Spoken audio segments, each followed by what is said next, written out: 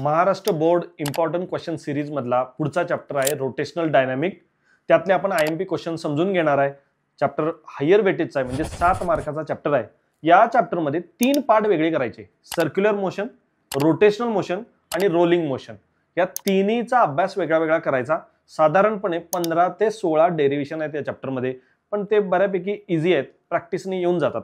आणि सर्वात महत्त्वाचं, काही डेरिव्हेशन पूर्ण सोडवलेले नाहीयेत पुस्तकात. जसं दिलंय तशीच प्रॅक्टिस करा. बऱ्याचदा डायजेस्ट मध्ये वगैरे काय केलेलं असतं, इन डिटेल सोल्युशन असतं, तेवढं लिहित बसायचं नाही. जेवढं दिलंय तेवढं पुस्तकातलं पुरेसं आहे. आयएमपी क्वेश्चन बद्दल जर बोलायचं झालं, पॅरल ऍक्सिस, परपेंडिक्युलर ऍक्सिस आलाच पाहिजे, इम्पॉर्टंट पार्ट आहे. सेंट्रिपिटल सेंट्रिफ्युगल डिफरन्स आलाच पाहिजे, त्यात काय वाद नाही. रोलिंग मोशन मध्ये तुम्हाला डेरिव्हेशन दिलेलं आहे ते आलं पाहिजे. आणि त्यानंतर कन्झर्वेशन ऑफ अँग्युलर मोमेंटम वर पण जोर द्या. आणि लास्ट क्वेश्चन, कोनिकल पेंड्युलमचं डेरिव्हेशन.